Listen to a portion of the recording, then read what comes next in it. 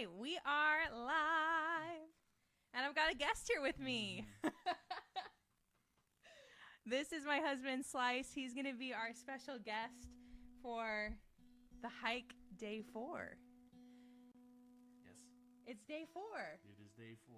You know, I came with a really sad conclusion yesterday. What's that? That means tomorrow is day 5, and that means we're halfway done. I'm sorry. I'm really sad. I'm sorry.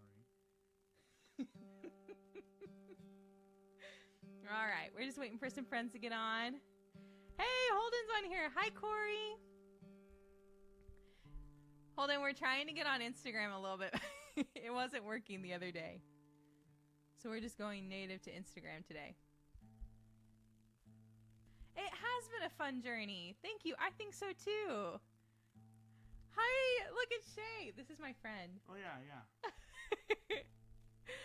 Oh, you've never met him. This is his first time jumping on a live with me. She was telling me about the show we have to watch. Which one? It was Demon Slayer. Oh, Demon Slayer. Oh, he knows. Yeah, I know. She said that her and her husband are obsessed. Sweet. And so we need to get on the train. You are a tuning fool. Hey, Philip. It's good to hear from you. Brian says my feet hurt from hiking. Hey, me too, man. Always. Always. Do I need to plug into that? No? I don't have a way for it to plug in here. Oh, okay. Yeah. All good then. Can you hear the guitar? The anime. So, hey, I'm going to introduce you to everybody. Oh, I thought you already did. I am. So this is Craig. He's joining us from... Oh, to them. I know. He's joining us from Scotland. Oh, sweet. Yeah. Isn't that cool? And Holden, I can't remember where you are. You said yesterday. And Philip, I'm not sure either. Hi, everybody. Oh, people on Instagram as well. I know. We're finally able to figure it out how to do Instagram. Oh, yeah. Shay's in her 3rd trimester. Oh, wow. This is the best way to do a hike, a virtual hike. 4th night. I know. I can't get sad yet. I can't. We're not even halfway through. I'm getting sad because if it's the 4th night, then that means tomorrow's the 5th night, and that means we're halfway through. I'm spiraling. You want coffee? All right.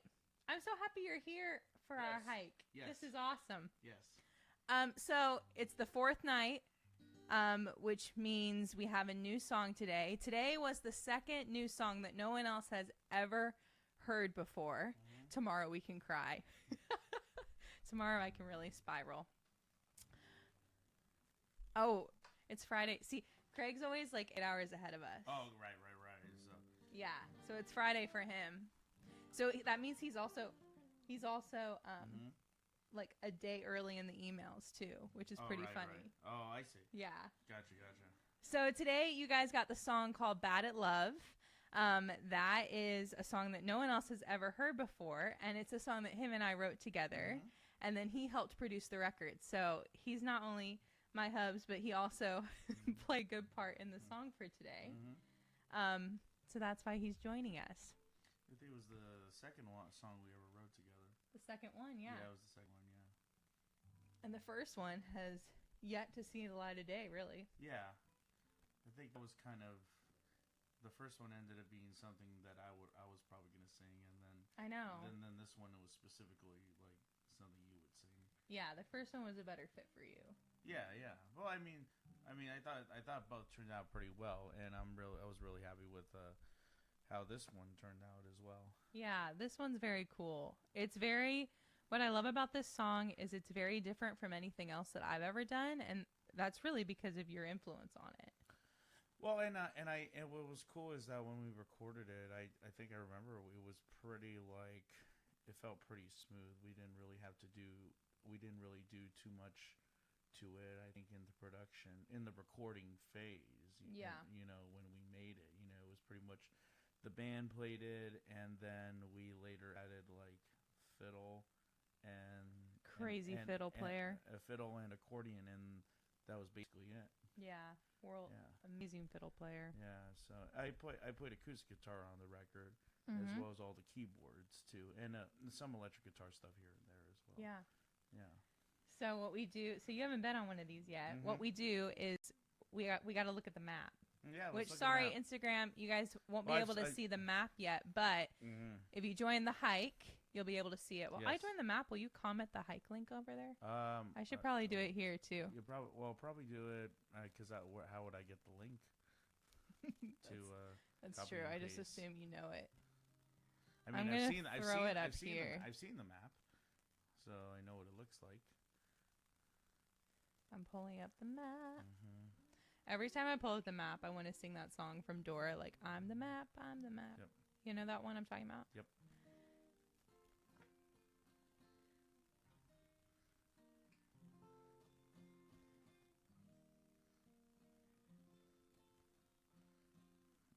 All right, so if you can see the map, you can see we're here on day 4, which is Bad at Love. So this is really fun. I actually included a little bit of a story behind the song. We recorded this on at Harpeth River on an actual hike. I literally had to go on an actual hike to do this video. Yeah, it was on an area. She did it for you. It was an area called the Lover's Ridge. Yeah, and my photographer, who's a good friend of mine, was clearly in much better shape than me. I'm like huffing and puffing. It was awful. We gotta go on more like real hikes. Yeah. But anyway, you guys want to hear the song? So you can hear the original demo. This is kind of what kind of we did yesterday. We went through Time to Say Goodbye, and we went through all the different versions. But this is the demo, and he's playing on all of these demos that you can hear.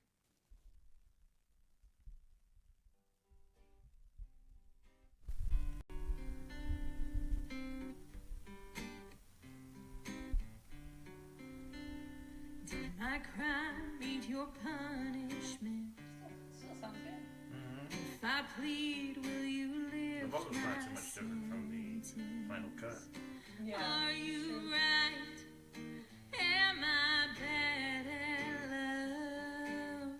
Oh, hey, Dave. Hi. Oh, I see Paula. Oh, hi, Paula. Hi, Paula. It's good to see you.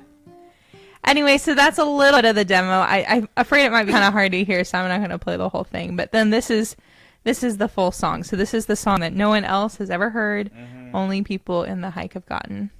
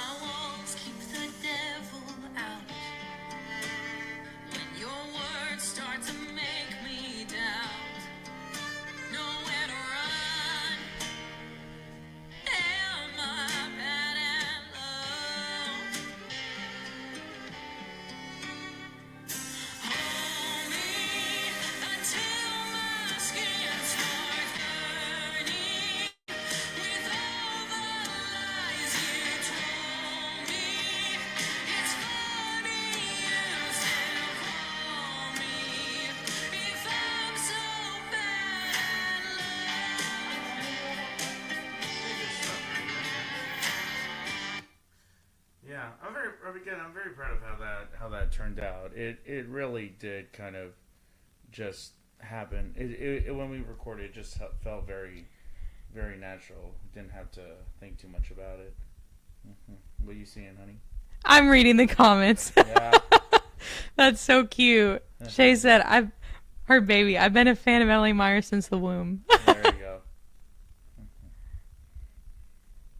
Okay, I'm getting distracted. So tell them what the song is about. Oh, yeah. Yeah. Yeah. So the song is about Hi, Taylor. Welcome in from Arkansas. It's good to see you. The song is called Bad at Love because I was told that at one point in my life before him.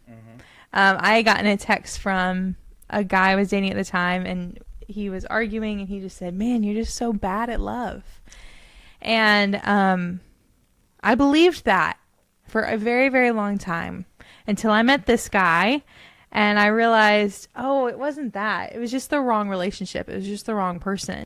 And it's kind of an ironic, sarcastic song because the hook of the song is, well, it's funny you still call me if I'm so bad at love. Because that's really like kind of the joke is, well, you know, people say things to tear you down when they're upset with you. And that's not necessarily what's true. And I just think that, I just think like, sometimes people say things like that to get in your head, or yeah, to stay in your head. You know, and sometimes, unfortunately, if it's something negative, that tends to work.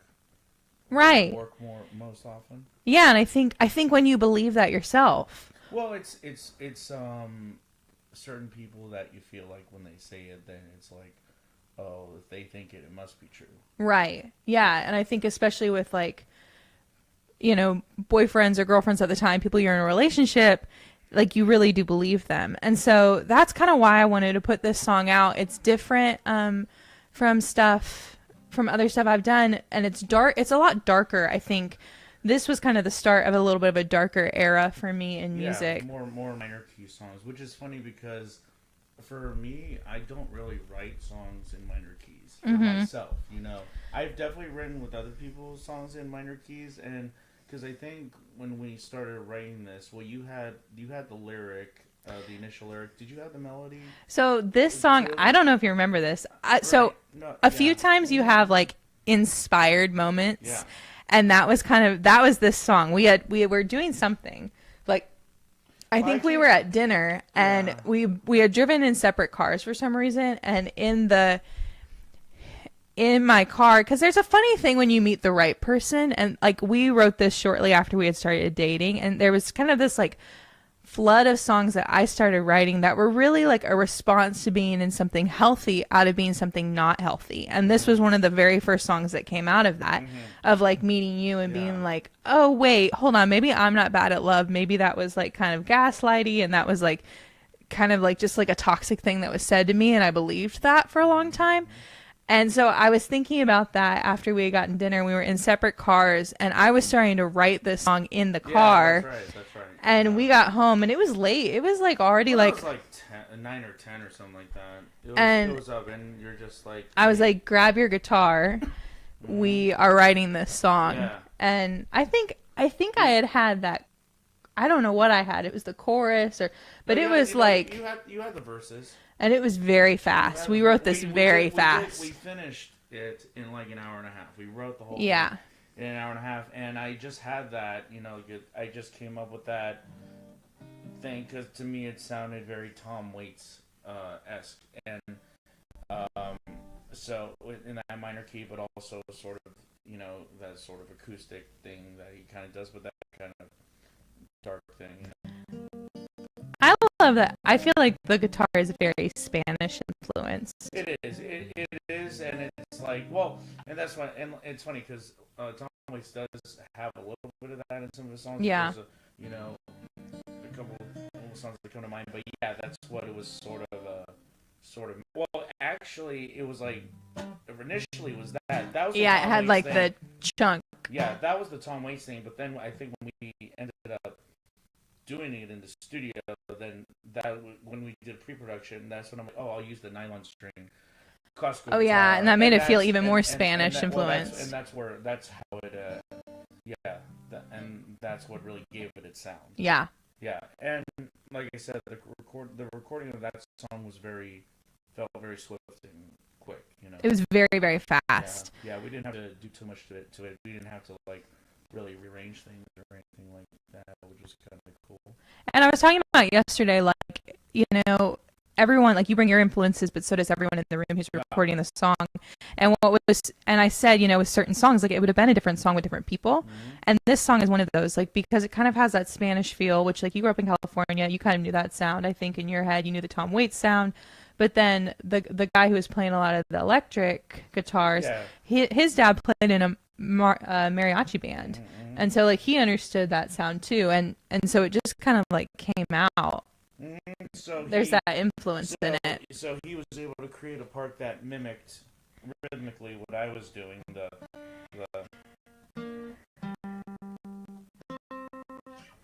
That kind of thing. Yeah. And then we had the fiddle in there, which also added another layer of that sort of Spanish, Spanish Mexican influence with the trills, except on the fiddle, So. Yeah, and the fiddle part for me was the thing that came all together. There's this part in the middle of the song. If you haven't listened to it, go listen to it. If you're not signed up, I'm looking at my Instagram people. If you're not signed up for the hike, do so. It's in the link in my bio so you can hear this song. But there's a part in the song where, like, everything, like, gets really chaotic. And I was kind of like, wait, what are we doing in the studio? Everybody else seemed to, like, know what was happening. I was like, why does this sound like a car crash? And I was like, I don't know about this. And then Derek, the fiddle player, came in, and he just did this, like, beautiful, amazing, like, fiddle part all the way on top of that. And it's like, and then it all, like, synced together. And it became one of my favorite moments on the record. But in the moment, I was like, what are we doing? Like, it was very experimental. Right. And I'm not that person. Well, but it definitely fit the feel of the song, and I think the emotion of the song too. Yeah, I think so. Yeah. One of my okay, you guys have to tell me this is a good idea. One of my, like, things I want to make for this song specifically, because I feel like I want to get, like, bad love buttons, because I feel like that's the reason why I cut this song. Yeah, I mean, you need that on a shirt for sure. Oh, she says the connection's getting spotty. Oh, is it getting spotty? Hold on. Give us a second here. Are we still with you on Instagram? Are we still with you? Are you still with us? How's it looking, Shay? Is it getting better? Seems like people are chiming in. Teresa's here. Hello. Yep. I think it's okay. Craig said, "How long have we been married?" Craig, we're newlyweds. But we've been together since 2021. That's true. Yeah. It'll be 1 year in October. So, what was it? I lost my train of thought. We were talking about like the fiddle part and the different things we recorded on the song. Right. Yeah, and I overdubbed accordion. Oh yeah, you put accordion on this one. That was like the last thing I put on there, and and again, that was kind of partly Tom Waits, partly Spanish mariachi kind of thing. Although you played a keyboard accordion on it. Yeah. So yeah, it just felt like, and I think I ended up also putting a little bit, just a tiny bit more electric guitar on it, just speeding up just a tiny bit. Yeah. Rhythm stuff. My favorite thing. It's all right, just the sound. Is the sound? I turn this up a little bit. Maybe that's the we don't need phantom power.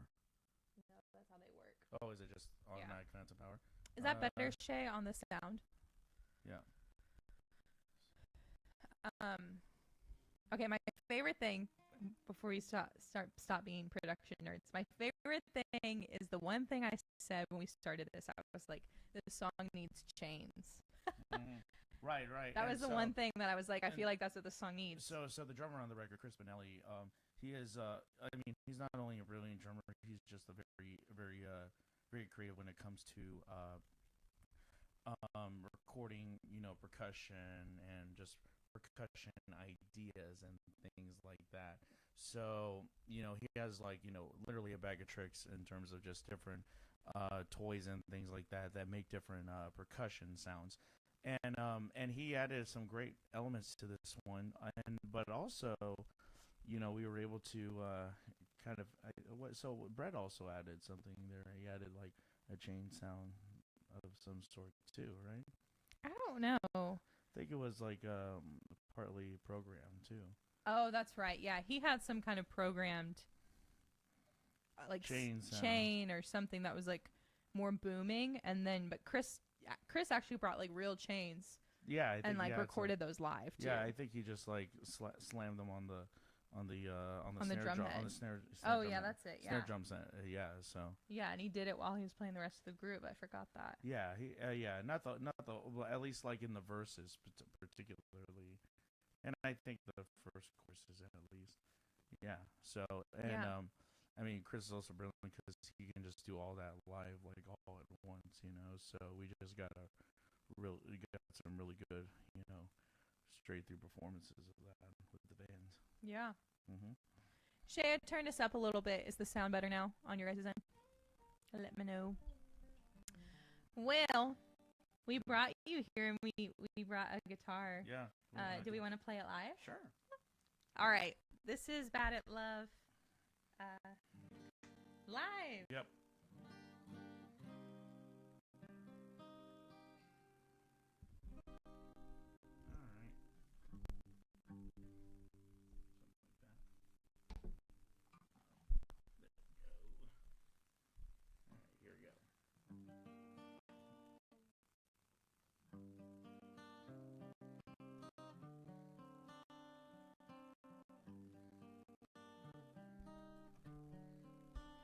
Did my crime fit your punishment? If I plead, will you lift my sentence? Are you right? Am I bad at love? Did my walls keep the devil out? When your words start to make me doubt, nowhere to run. Am I bad at love? Hold me until my skin starts burning with all the lies you told me. It's funny you still call me if I'm so bad at love.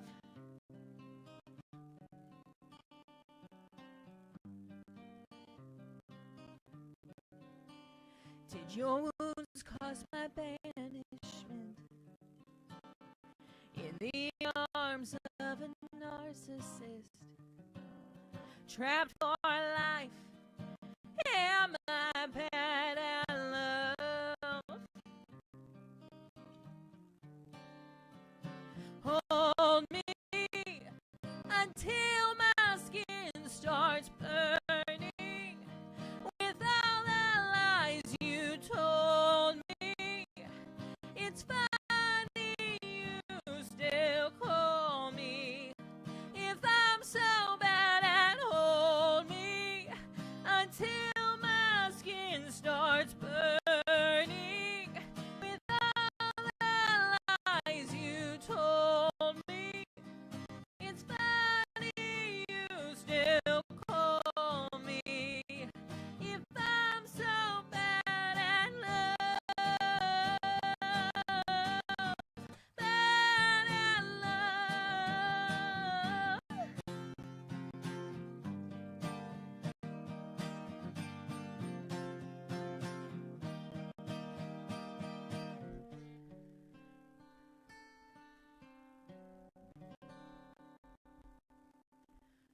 No crime deserves your punishment. Don't twist my innocence. You say I'm guilty, but a verdict needs a jury to prove that I'm bad at love.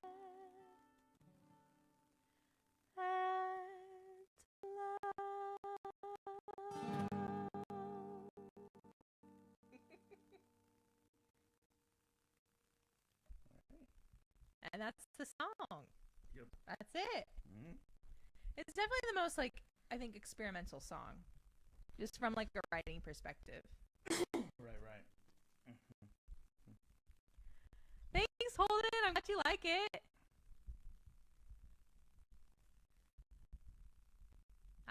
Mhm. It's different. Yeah. And it fits. It fills a place on the record. That's cool. For Definitely. sure. When you guys hear where it's all together. I should tell you guys, these songs are not coming out in the order they are in the record. Yeah. um, this song is actually, I think it's number 6 on the record, even though it's on day 4. Mostly just did that because I felt like this song today, the theme of the hike today is that we're on that uphill battle, or we're on the uphill kind of climbing, and I feel like that's what that song is it's you're kind of in the middle of the struggle, you're figuring out kind of who you are. Philip says, loved it, round of applause from Brian. You guys are awesome. Hi, Juanita. Juanita has switched over. Yeah. She was on Facebook yesterday. Cool. Let's see. I had some questions for you about. We've talked a lot about this song, but you also you co-produced the whole record. Yeah, and played all the acoustic guitars and all the keyboards and a few electric guitar and accordion things here and mandolin as well. And so basically, we met doing music, but we hadn't produced. Like, he had not produced my stuff. He wasn't doing that when we met. And what happened was I was working on a song for the record with somebody else, and I kept coming home and being like, this just isn't a fit. I can't get it to be what I want it to be. And he was like, oh, well, I think you're looking for this. And he just described it perfectly. And that was when I was like, okay, we probably just need to do that and produce something together, because he just understood what I was looking for. But also we were kind of like, well, we probably need a third party. well, the thing is, for me, I do producing, but I can kind of engineer, but there's people that are way better at mixing engineer either. So like, I figure I have the idea of who would be the best fit for that, and even for me, I enjoy the collaborative process more than kind of being relegated to having to come up with everything all on my own all at once. So Yeah. we tapped my buddy Brett Reinstert, who I'd worked with in the studio. Who's of Wirebird Studios. Wirebird Productions, Wirebird Studios. I've played on sessions that he's produced over the years since I moved to Nashville. So I figured he'd be the best fit because I think he understands the style of music. He knows the best musicians that'd be the best fit for the project, and I think he would understand the combinations of influences and ideas that would fit every song as well. Yeah, and it was a great fit. So here's my question for you. Yeah. For if you haven't heard the whole record, which is no one has, it's gonna be unveiled to everybody day by day. What would you describe? Kind of, what was your kind of vision for producing this track or for this record? Well, I think every track had its own specific influences, but I mean that also derived from the songwriting, and you also gave your input as far as the references and the influences. So yeah, I definitely don't sit back. That's for sure. Well, I do in a way. Well, no, I mean, I do when I need to. Well, everyone does. That's the thing in the studio. It's especially in how in the recording process in Nashville, everyone, when you're working in the studio, it's great because all the musicians have kind of producers anyway, all the session musicians, but if the artist also has that too, then that's when it can get elevated, because it's very easy, I think, for any kind of artist to kind of just let the producer do what they want, and it can be sometimes a gamble if you feel like things end up coming out not the way you envisioned it, or not up to par, and that can happen, and that's why people, it's like kind of the secret everybody knows. So like I'm sure a lot of records that everyone's heard, I'm sure especially if people had the budget, there were multiple versions of those albums that probably got cut and scrapped and redone. The most famous one, most well-known one I'm aware of, which connects us, I think, a little bit, is Lucinda Williams' Car Wheels on the Gravel Road, which has been at least sort of a blueprint in terms of kind of the direction we've kind of landed on in terms of style, genre, and kind of where your music fits. But that album was recorded once or twice and totally scrapped and redone. So we wanted to make sure we got it right out the gate. We didn't have the money to scrap it. No. So it was very productive conversations with Brett to really know what each song needed. And what was great is that I think but let's talk about the narrowing down of the songs. Oh yeah, because I kind of told them about that. Yeah. I told Jessica about that when we were talking about the opening track. Yeah. Which, funny enough, I should tell you, when we did the Hike Day 2, and we had Jessica come on, and we did Will You Still Love Me? That is actually the opening track. I think that's the only one that lines up with the day that the track is in the hike. But yeah, it's kind of funny. So I had about 200 songs that I had probably written. Just up into that point. It wasn't like I was writing them for the record. It was just you're living your life and you're writing songs, and you're like, okay, it's time to make my first record, and you're like, okay, I have 200 songs from all these years that I would actually consider, and I kind of narrowed them down, and then I was a crazy mad scientist, and I put them all on sticky notes, literally, and I put them on this cabinet, and I narrowed them down again, and I narrowed them down again, and I think I had I don't know, probably 30. No, you had about by the time I looked at it and you wrote all of them on, because and I think most of them were songs I heard. I think you narrowed down to the songs I heard or that we've kind of messed around with together, and it was about something 15 to 20 songs. Okay, 15 to 20. It was very much 2 records. I wasn't going to record that many songs because, again, budget, and it's the first record, and I had never really done it before, and so I could have recorded more. I think it was just you came in and you just very quickly picked out the songs that are on the record. You picked up the sticky notes, literally. Yeah, and I mean most of them were kind of your most current ones. Yeah. But the funny thing is, Will You Still Love Me and Lucky were kind of later additions in terms of. Well, Lucky's not on the record. Well, it wasn't. It's not. It's not on the record. Okay, so with Will You Still Love Me, that was kind of a later addition. So we already had the track list, and so because I like to think about albums conceptually, it seemed like that would be a good tune to fit in.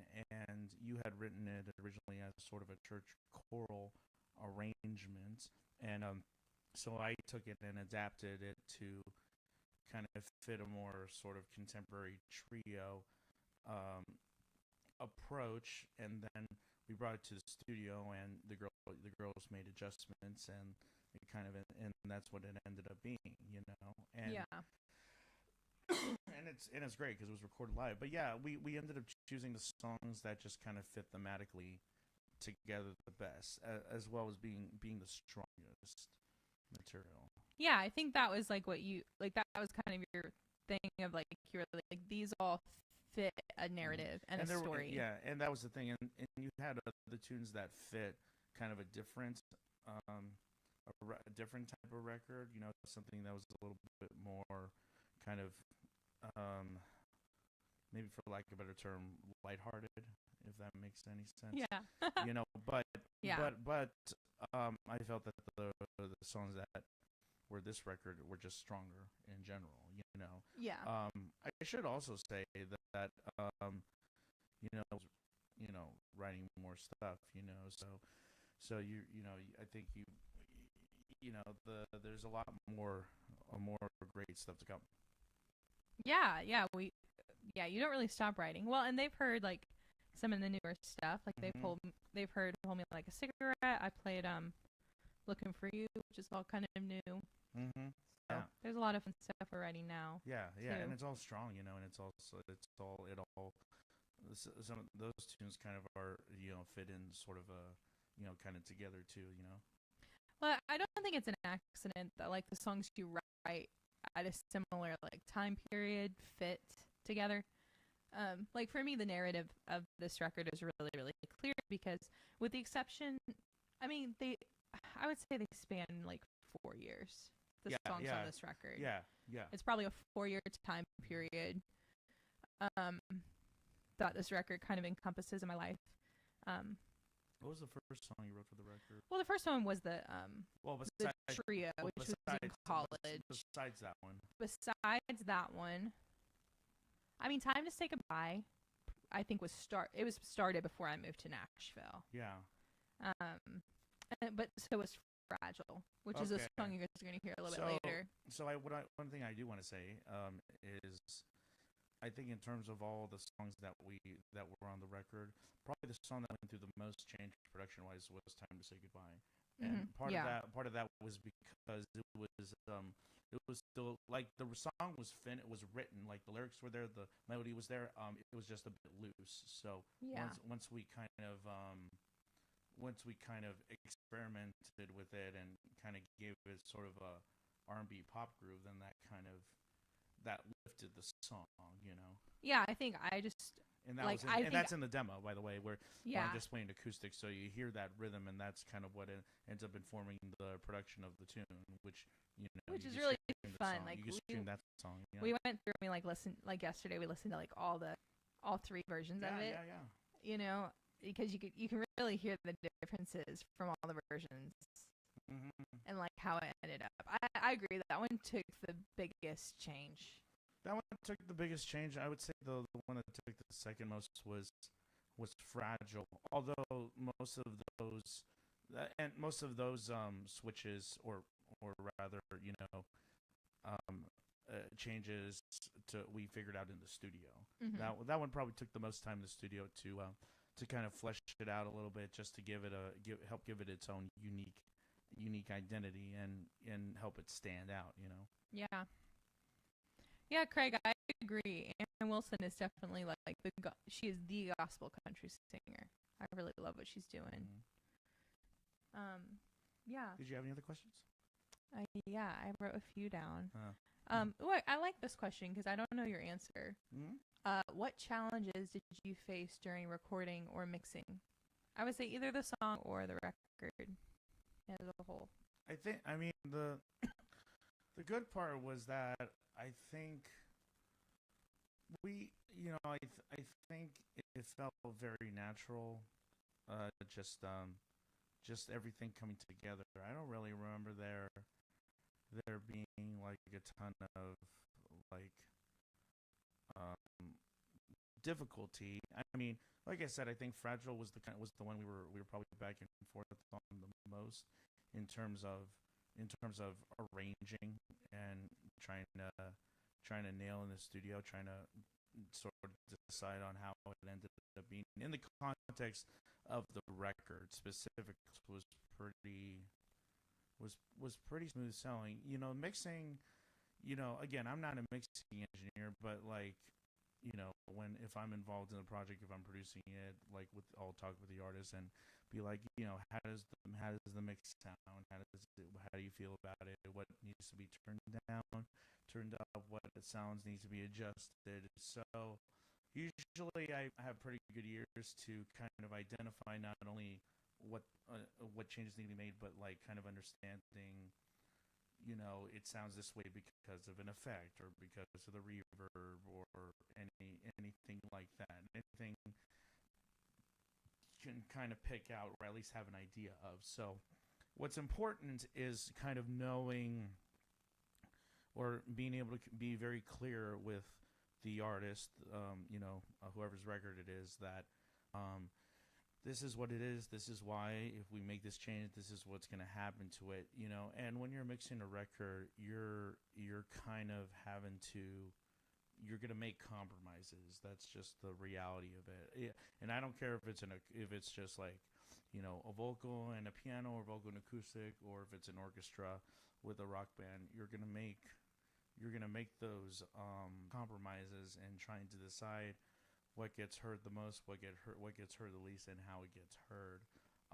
Yeah. And I think for us, the main thing we wanted to make sure, and with Brett too, with our co-producer, we wanted to make sure that we didn't, linger on things too long, because when you linger on things too long, things don't get done, things don't get finished. Yeah. So we wanted to. We're like pushing through. Yeah, and sometimes you do need to walk away to have a more objective perspective. Sure, just take a second, but but that's like I think that's a very underrated challenge.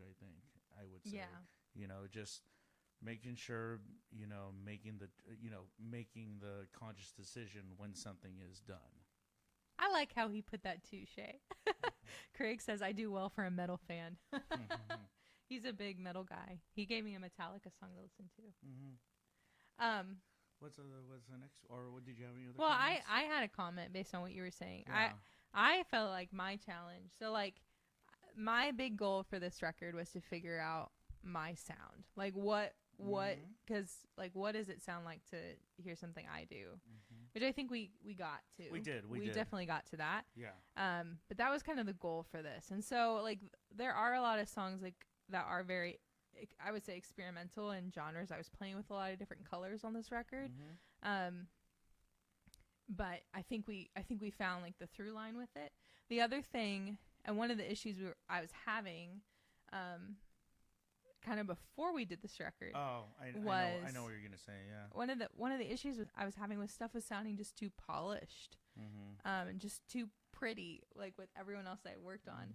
And that was the thing I kept coming home and telling him, and I was like, it's just too polished. It doesn't sound honest. And that's the thing that I feel like I try to do as a writer is like, as long as it sounds honest, that's the goal. Like I feel like my mission is to write real songs for real people, and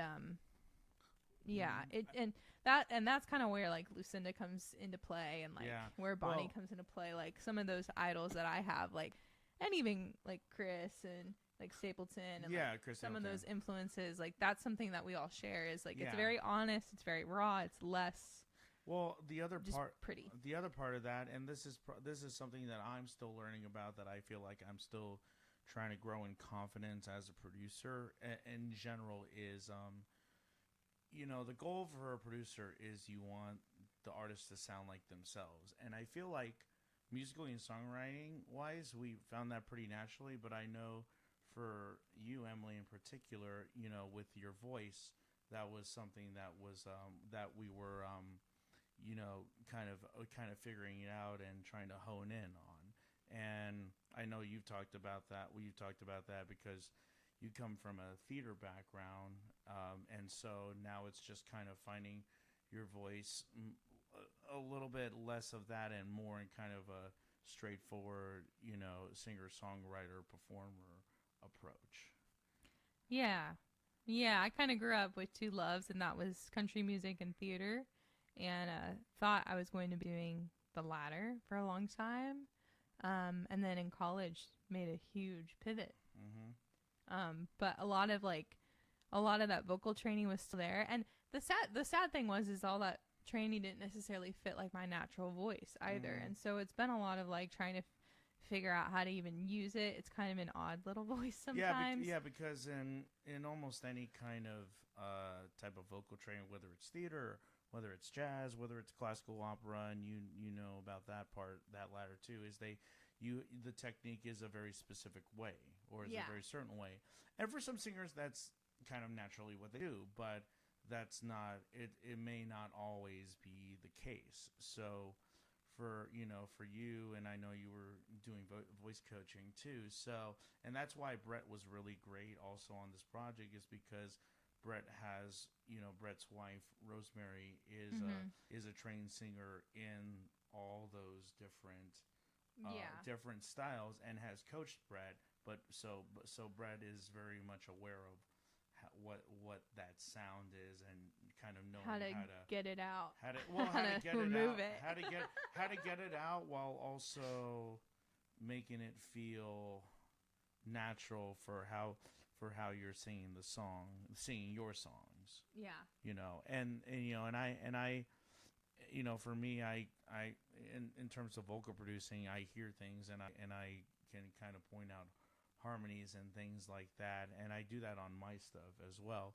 But it's a very psychological process, and that's the hard part to think about. You're kind of having to be a psychiatrist, an unqualified psychiatrist, but a psychiatrist nonetheless. And that's a producer in general, but at least for me, that's the part where I'm still growing in. Oh, you guys are so sweet. Mm-hmm. You guys are so sweet. James Hetfield. Yeah, he's a singer in Metallica. Oh. Yeah. Gosh. I don't know. I need to know my metal as well as Craig knows his country. What's the next question? Oh.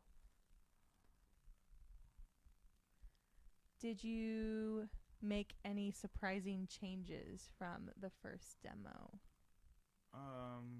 I think you talked about that. I mean, I don't know about surprising, but definitely, like I said, the biggest change I think was in "Time to Say Goodbye." Yeah, more so in that song than this one. I think that was the biggest. I feel like this one was more straightforward.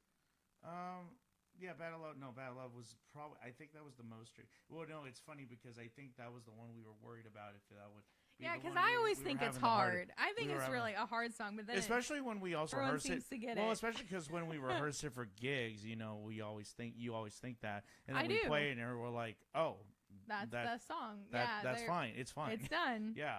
I think that's just because you wrote on it, and you're such an arranger brain that I think the arrangement's really clear. And that's and I mean, there was a lot of tunes that we had some bells and whistles in. I think I'll tell you what probably the one production one song production wise that I was really astounded by was when we did Marilyn, because if you've heard Marilyn, there's actually a mandolin in the background, and it's just reverb out, and it sounds like it's just kind of forgot about that. Its own soundscape. Brett did some great work on that specific. That was a moment where I felt like we were pushing the envelope. Yeah, we were just messing about and just people don't do that on country records. Not typically, or if they do, they don't tell you, or you don't realize it at first. Yeah. So I would say that was probably. I'll say that one. Yeah, I think was probably the most interesting, most Yeah. Yeah. I like that. Shay, I love all these people. Luke Holmes and Sam Barber. Juanita, it was good to see you. Enjoy your next call. Mm-hmm. What was it like working with me? Fun. Was it stressful? I feel like it would be a little stressful working with your. We were not married at the time. Well, we actually got engaged during this process. Well, see, I wasn't stressed. I was just worried if you were stressed. I'm always stressed. So there you have it. You would never know. Hopefully. Oh no, I would know. You would know. Yeah. But yes. I always had. I have to. I wasn't stressed. I was focused. Well, that was what I mean. Sometimes it's like I had to. It feels like I would have to work a little extra hard to read to see if you were happy with how things went. That's fair. That's fair. One of the reasons, why. So this is something. I'm going to be careful with my words. Mm-hmm. It can be really extra challenging as a female artist, I think, trying to find your right team of collaborators, because, the majority of producers and majority of session players are men, and I love my guys, but that's not always a great atmosphere for women artists. It's just not. And so I was really, really grateful for just the environment that Brett and you created. But it was interesting because I didn't really know Brett at the time. Mm-hmm. And I remember thinking, if I'm going to do a record with somebody, I just really, really need I really need somebody there who will vouch for me and like stick up for me if someone's not listening to my opinions. And luckily we didn't have that issue at all. Like everybody was amazing and like really, really respected me and was great. But it was really nice regardless to have somebody in the room who just kind of knew me without having to say anything. Well, and in my experience,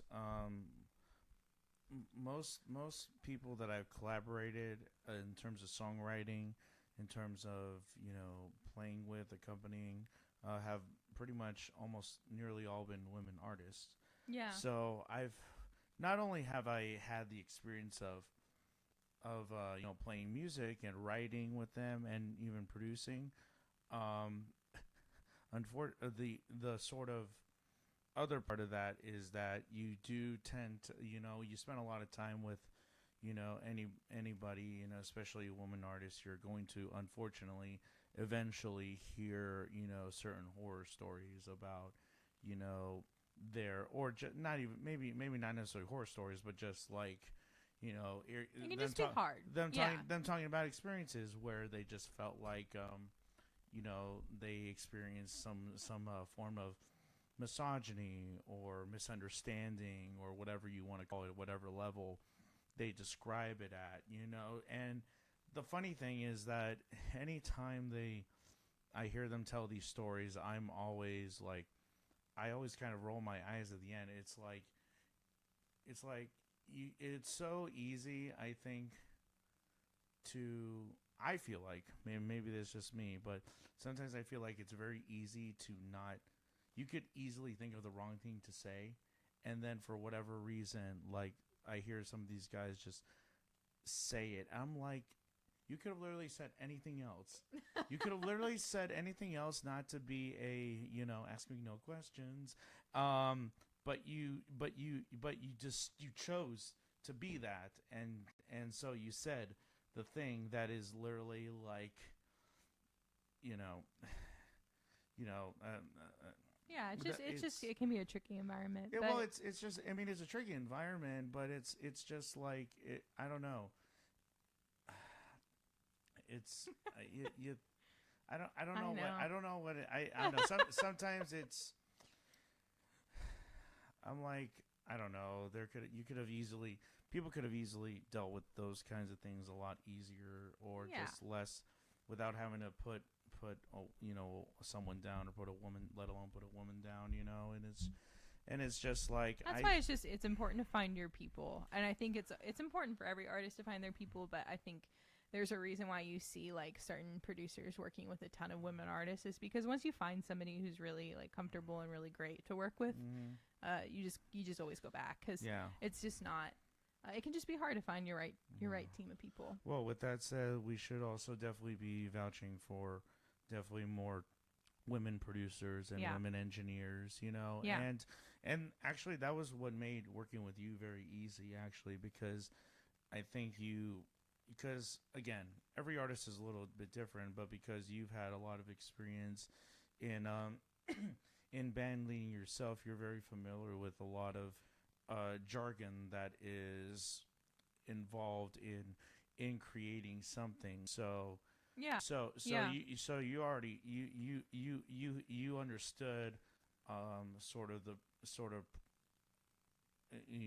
lingo. Well, you that, but you also knew how to communicate with producers and be a type of producer as well, in the room as well, and not everyone is able to do that, and it's important that that if you're a producer and you're with someone that's not that you have to like really be clear on what is happening.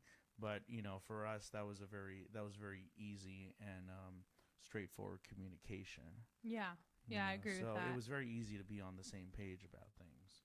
We've got some questions coming in for you and me. Craig says, when you've been married as long as I have. Craig, how long have you been married, if you don't mind me asking? You said that the other night, that you guys have been married a while. That's not a question. That was my question to you. So he said, when you've been married as long as I have, would you ever consider doing an album about how much you love each other? Wow. I think it'd be fun to do a record together. Well, we've talked about that. I think it'd be fun to do a very intentional the record together. if we do that, the main goal has to be that we have to write songs where we would both sing on, or where we could tailor it where we would both be featured fairly equally. Because we have very different styles. Well, I'm just saying in general, just in terms of theme, in terms of sharing, equal artist footing. You ever try to write a duet? It's hard. I've tried. I think I tried in my younger years of just like writing solo. I think I've never tried to write a duet with another person. I feel like that's the only way that it really like comes across well. I don't know how people write duets, or intentionally write duets. I don't know. I don't know. I can see it. I mean, I feel like there's been a lot of songs sung that turned into duets. Yeah, I feel like a lot of times they just turn them into duets most of the time. Yeah, exactly. Yeah, I know. I would like to, if we were to do a record like that together, I would like to do it in a duet format. Yeah. Yeah. 31 years. Oh my gosh, that's amazing. We need to get some advice from you. What someone's asking over here, what made you choose music as a career? Craziness. I'm not really good at anything else. So. Well, that's funny because you tried. We both kind of tried to do other things, to be fair. We tried to do but other you things. like legitimately tried to do what, computer engineering or something? Yeah. And you were like, I think you just like, I think not doing music kind of like was horrible. It almost killed me.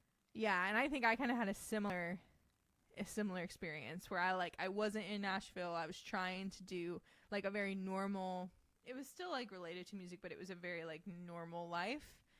And I was like, what am I doing? I'm a songwriter. Like, I know exactly what I think there was this feeling of like, I know exactly what I want to do. Why am I not doing it? Mm-hmm. I'm going crazy. And like, it's funny. Like, I really do feel like doing this as a job is like the weirdest thing in the world to try and do. And it's a really hard thing to do. But also I feel like when I wasn't doing it, everything in my life felt wrong. And like things would go wrong. Like, I really do kind of believe in like that cosmic energy, like when you're doing the right thing, like doors open and things just kind of happen. Yeah, I know that's how I felt too when I wasn't really that focused on music, or if like music took a backseat because I was trying to focus on non-music things, whether it was like I was trying to do something other than music for like this was what I was gonna be making a living at or whatever, or just in general. And it just, I don't know, it just felt like, number one, I had no outlet, and number two, like why shouldn't I be doing the thing I'm actually like, that I can actually feel like I make a difference with, that I feel confident with, Yeah. Shay said, did you enjoy being in the music video Lucky? Well, it was our wedding, so... Yeah, so Lucky is a song that we wrote for our wedding. Yeah. And we recorded that song together. And so that video that you've seen, Shay, is actually like we recorded that. We made the video the same day we recorded the thing. Yeah. And Shay said, I need to know how y'all met. We met at a writer's round at the Belcourt... At Belcourt Taps, at Belcourt Taps. No longer here. At Belcourt Taps, I R.I.P. in April. It was either April or May. I think I saw you the first time. It was in April of 2024. I'm not sure if that was when I met you. I might have seen you and then met you like in May of not 2024. I'm sorry, of 2021. So yeah, it was like April or May of 2021. And what was yeah. This is so cool. So this was funny. Yeah. One of my really good friends, she came to my shower and she was RSVPing for our wedding, and she said, I remember the day I met you, like I was at this ride around in Belcourt Taps, and I texted her, I said, I don't think you realize, like that's when I met him, like that was the same day. Well, I worked with her. Yeah, because he was working with her and playing for her. So we had actually, and it was actually a couple of friends of ours, a couple of good friends of ours. So I was working with a couple other writers, and we were doing writers rounds here and there.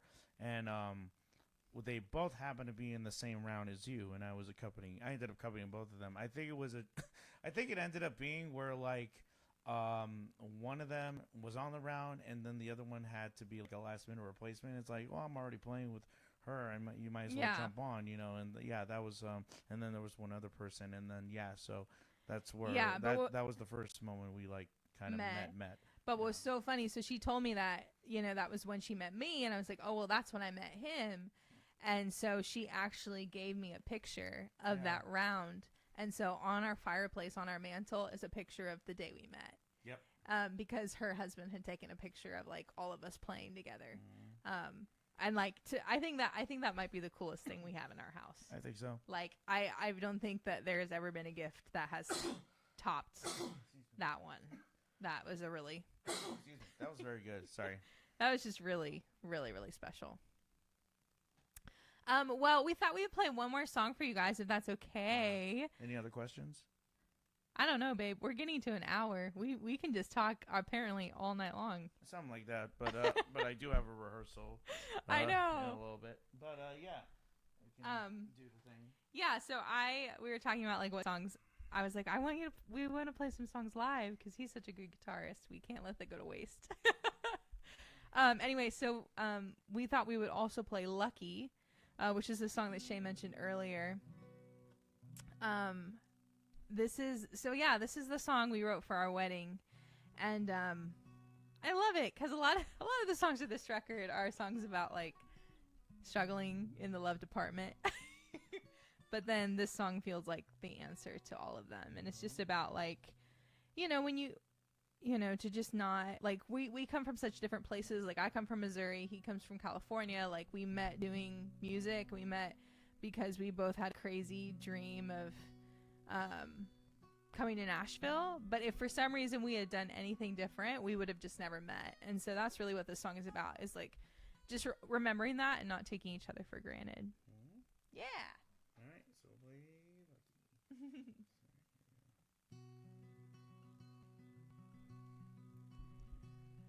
Could have slipped around the corner in my favorite coffee shop. Could have passed your Subaru in the Belcourt parking lot. Could have sat just feet away from me on a flight back to Tennessee. Few rows apart. When I tell you I feel lucky, believe that it's the truth. Somehow in this giant world you found me and I found you. Could have been a blind date, had to cancel, I was running late. Could have never been that friend of a friend. Could have almost met a million times, lived totally separate lives. Missed all we've ever been. When I tell you I feel lucky, believe that it's the truth. Somehow in this giant world you found me and I found you.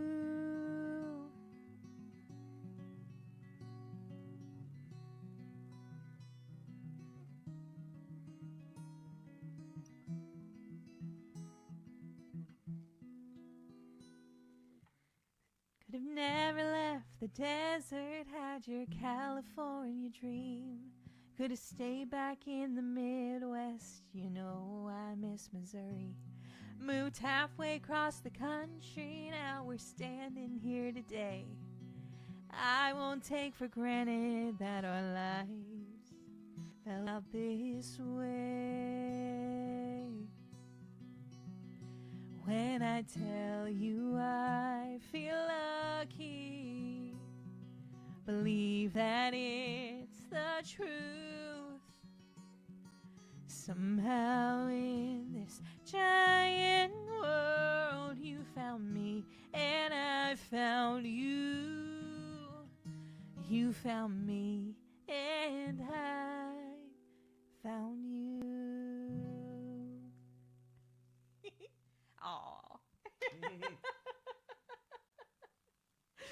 Oh my goodness. Cute. Oh my gosh, Craig, it's 1 a.m. where he's at. Oh, well, thank you for Thanks for sticking up, staying up with us. Oh gosh, this has been so much fun. This has been night 4 of the hike. Yes. Thank you guys so much. It's so good. Oh, you want to press the resume on that? Oh, yep. Resume for just a few more seconds. Just a few more seconds. Thank you. Anyway, thank you guys for being here. We love you so much. It was so good to chat with you, and I'll see you again tomorrow at 6 o'clock Central Time. Central. Thanks. Thank you guys.